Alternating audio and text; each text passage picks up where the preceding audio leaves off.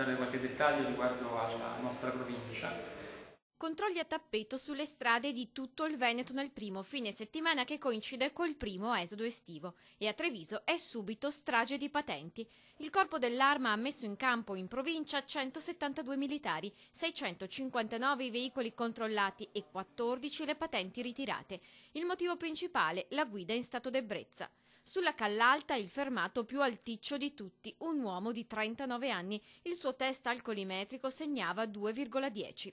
Alto tasso alcolico anche per un paio di fermati a Castelfranco. Guidavano la propria auto, quindi sequestrata, con un tasso alcolico di 2,04 e 2,07. Un ragazzo di 23 anni ucraino e un cinquantenne di Galliera Veneta. 3 denunce per guida in stato d'ebbrezza anche a Conegliano e tassi alcolimetrici sempre piuttosto alti tra 1,61 e 1,90.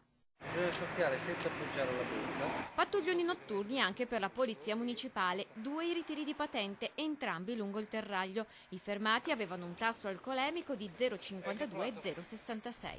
Su questa strada, all'altezza di Preganziol, anche una denuncia per atti osceni. Una prostituta 19enne era all'opera in strada seminuda. La donna è stata inoltre multata in base al regolamento comunale che vieta le contrattazioni sessuali sul territorio.